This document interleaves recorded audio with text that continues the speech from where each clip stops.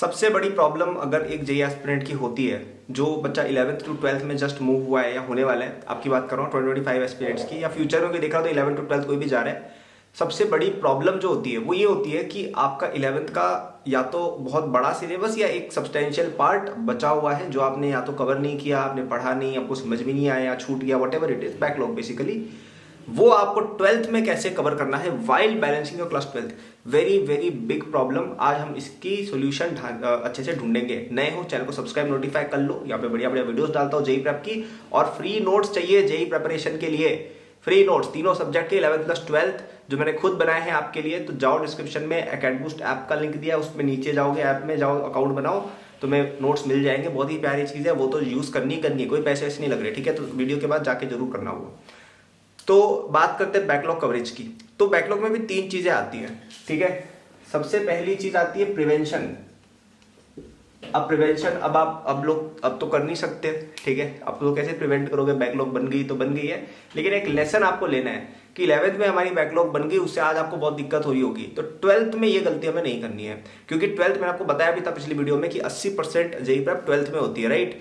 तो 80% अभी बचा हुआ है, तो उस 80% को नहीं बिगाड़ना है। अब आपकी फर्स्ट प्रायोरिटी ये होनी चाहिए कि कुछ भी हो जाए, हमारी क्लास 12th में हमारी एक भी % बैकलॉग ना रहे, सब कुछ एकदम परफेक्ट चले, ठीक है। क्या इतना आप इंश्योर कर सकते हैं? कमेंट्स में करिए कि yes I will have no backlog, ठीक है, ऐसे लिखिए, या खुद को एटलीस्ट याद दिलाइए कि हम प्रिवेंट करेंगे अपनी बैकलॉग 12th में होने से, ठीक है। 11th की अभी तक कोई बात नहीं, ज्यादा मैटर नहीं करता है, बाद में कवर हो जाएगी, आगे बताऊंगा। लेकिन सबसे पहली आगे बैकलॉग आपको प्रिवेंट करनी है। 12th में नो बैकलॉग का संकल्प ले लो। भले ही एक्स्ट्रा पढ़ना पड़े, भले ही एक आध घंटा कम सो लो, भले ही बस में पढ़ाई करो, क्लास के दौरान पढ़ाई करो, जैसे भी करो। लेकिन अब आपको ऐसा नहीं होना चाहिए कि 12th का कोई कॉन्सेप्ट है जो छूट गया। हर एक कॉन्सेप्ट ध्यान से आगे बैठ के सुनो, क्लास में अच्छे से उसके नोट्स बनाओ, घर आके रिवाइज करो, क्वेश्चंस जो मिलते हैं होमवर्क के मैक्सिमम जितना हो सके करो। एटलीस्ट बेसिक सवाल मेंस के तो आपसे बनने चाहिए यार, एडवांस के नहीं बनते हैं, मैं समझता हूँ कई बच्चों से नहीं हो पाता है पहली बार में, लेकिन मेंस के सवाल सिंपल एनसीईआरटी वगैरह ये तो आपसे डेफिनेटली होनी चाहिए। इतना हो गया तो आपको बाद में एडवांस के क्वेश्चन करने का बहुत टाइम मिलेगा, ठीक है। तो आपने बैकलॉग प्रिवेंट करनी है 12th की सबसे पहला स्टेप। अब बात करते हैं अब 11th में क्या करना है। अच्छा, अब आपने 12th की बैकलॉग क्लियर कर लिए ना, तो इससे आपको लाइफ में आगे बड़ा कंफर्ट मिलेगा, क्योंकि जब भी आपको कोई बड़ा ब्रेक मिलेगा तब आप वो डिवोट कर सकते हो 11th को। और अब यहाँ पे सेकंड डायमेंशन आता है टाइम का, कि कब करें, ठीक है। कब टाइम कैसे निकाले, तो टाइम 3-4 तरीके से निकलेगा। देखो, सबसे पहले तो आपने अगर 12th ढंग से कवर करी है ना, या आप कर रहे हो, तो आपको 12th में रिवाइज करने की ज्यादा जरूरत नहीं पड़ेगी इनिशियल 3-4-5 महीने में, बाद में ऑफकोर्स पड़ेगी। लेकिन अभी आप थोड़ा सा 12th रिविजन साइडलाइन कर सकते हैं और आप टाइम थोड़ा 11th के लिए निकाल लेंगे। वहां से 1 घंटा दिन का फिक्स कर लो कि दिन का 1 घंटा, और अगर आप दे सकते हो तो 2 घंटे। 1 घंटा मेरे हिसाब से ठीक है, 2 घंटे टाइम मिल रहा है तो अगर आप फास्ट हैं, अगर ऐसा है कि भाई 2 घंटे निकाले तो 12th का ही नहीं हो पा रहा है, तो मत करना, 12th फर्स्ट प्रायोरिटी है, ठीक है। तो आपने 1 घंटा डेली का निकाल लिया, और संडे या जब आपकी छुट्टी होती है तब आप 3-4-5 घंटे निकाल सकते हो। मैं तो कहूंगा कि अगर आपको होमवर्क वगैरह सब कुछ सही है तो आप एक पूरा संडे पकड़ लो, 10 घंटे का क्या फर्क पड़ रहा है, राइट। तो आपको कोशिश करनी है कि वीक के 15 घंटे टारगेट करने हैं जो हम प्योरली बैकलॉग्स को डिवोट करेंगे। 1-1 घंटा तो 6 दिन हो गया, और बाकी एक दिन कहीं 9 दिन या 2 दिन 4-4-5-5 घंटे निकाल लिए। ऐसा कुछ सेटअप करो, जब कोचिंग या स्कूल नहीं हो तब 5-5 घंटे कर लो, बाकी दिन 1-1 घंटा जब वर्क डे हो फुल, ठीक है। अब 15 घंटे आप एम करेंगे तो 10 तो आप कर ही लेंगे, ठीक है। तो 10 घंटे पर अज्यूम करते कि अपन ने बैकलॉग को दे दिए। अब ये और कहाँ पे आप निकाल सकते हो, देखो समर ब्रेक आएगा आपका एक, ठीक है। समर ब्रेक में टाइम मिलेगा 15-20 दिन मिनिमम, वो पूरा यूज करिएगा। दिवाली ब्रेक आएगा, वो पूरा यूज करिएगा। लॉन्ग वीकेंड या हॉलीडे कोई भी आती है, पूरी यूज करिएगा बैकलॉग के लिए ही, ठीक है। तो ये चीज आपको दिमाग में रखनी है कि 12th का साथ बाय साथ चलाना है। जब वर्किंग डे हो तब 12th करनी है, तब आपको होमवर्क करना है, 12th नोट्स वगैरह जो भी है वो सब करेंगे। और जब भी छुट्टी मिल रही है, जब भी एक्स्ट्रा टाइम मिल रहा है, कुछ और इधर उधर दिमाग नहीं चलाना है, सीधा दिमाग में पहला ही थॉट ये आना चाहिए कि भाई 11th की बैकलॉग चल रही है, क्लियर करते हैं, ठीक है। तो आप इस समय पर निकाल सकते हो। अब कैसे कवर करनी है, कि क्या मटेरियल करना है, कि what is the resource for it.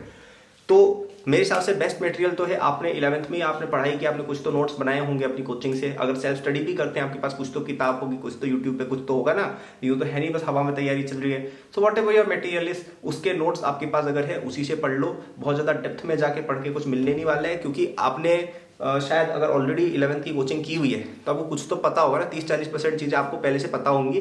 तो बिल्कुल स्क्रैच से शुरू करके भी कोई मतलब नहीं है, कहीं पे वन शॉट या आपके खुद के नोट्स वगैरह कहीं मिल जाए या एकेडमी स्टेप पर शॉर्ट नोट से, हालांकि वो थोड़े से शॉर्टर ज़्यादा है, वो रिवीजन पर्पज से ज़्यादा बने, तब भी देख लेना डिस्क्रिप्शन में जाके अपने एकेडमी स्टेप पर फ्री नोट्स है, जाओ वहाँ पे देख लो, अगर तुम्हें सूट होते हो तो वहाँ से भी पढ़ सकते हो।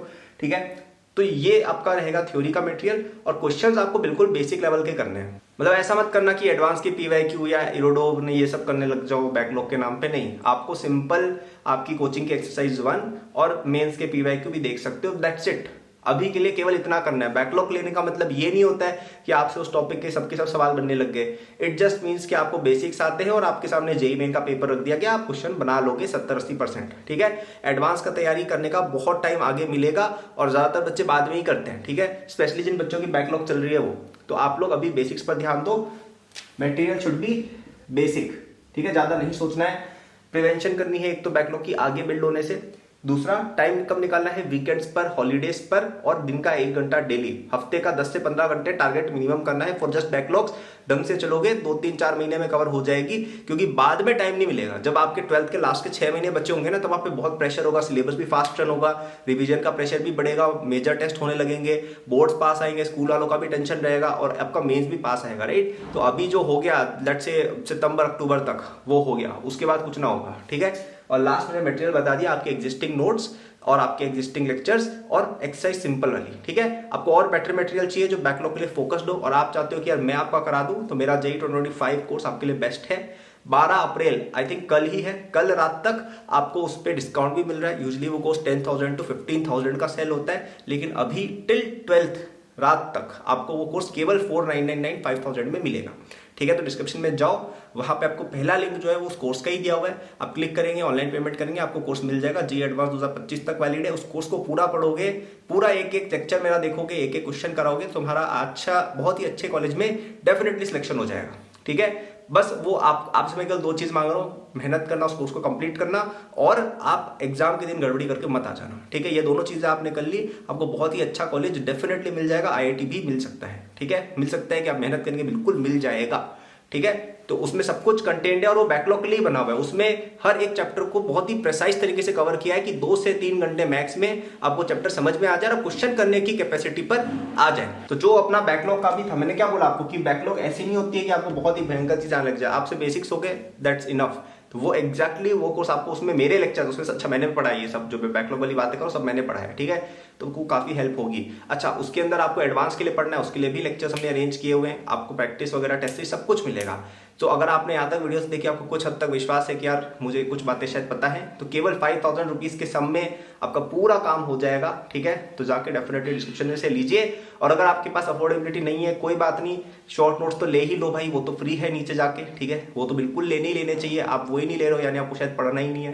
ठीक है, फ्री चीज के लिए तो क्यों मना कर रहे हो यार, फ्री की चीज तो हमें ले लेनी चाहिए, दुनिया भी फ्री में मिलता है, ले लेते हैं, right. So that was the video.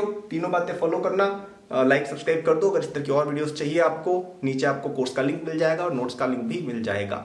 Thank you.